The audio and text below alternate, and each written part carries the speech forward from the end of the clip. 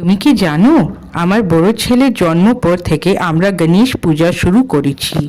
আমরা সুন্দর করে সাজিয়েছি, যেখানে ঈশ্বর স্থাপনা করে হবে।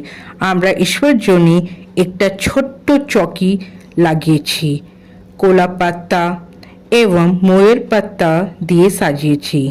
দুটি মাটির দুলো স্থাপন করা হয়েছে, যাতে ভগবান গণেশের চিত্রিত করা হয়েছে।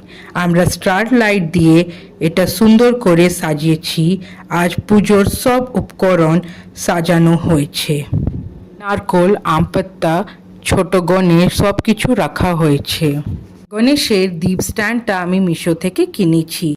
পুজো সামগ্রীতে জনেভ, রোলি, কলশ, গঙ্গা জল, ধূপ, দীপ, কর্পূর, লাল রঙ কাপড়, দুর্বা ঘাস, ফল, সুপারি, लड्डू, मौली, पंचामृत, चंदन,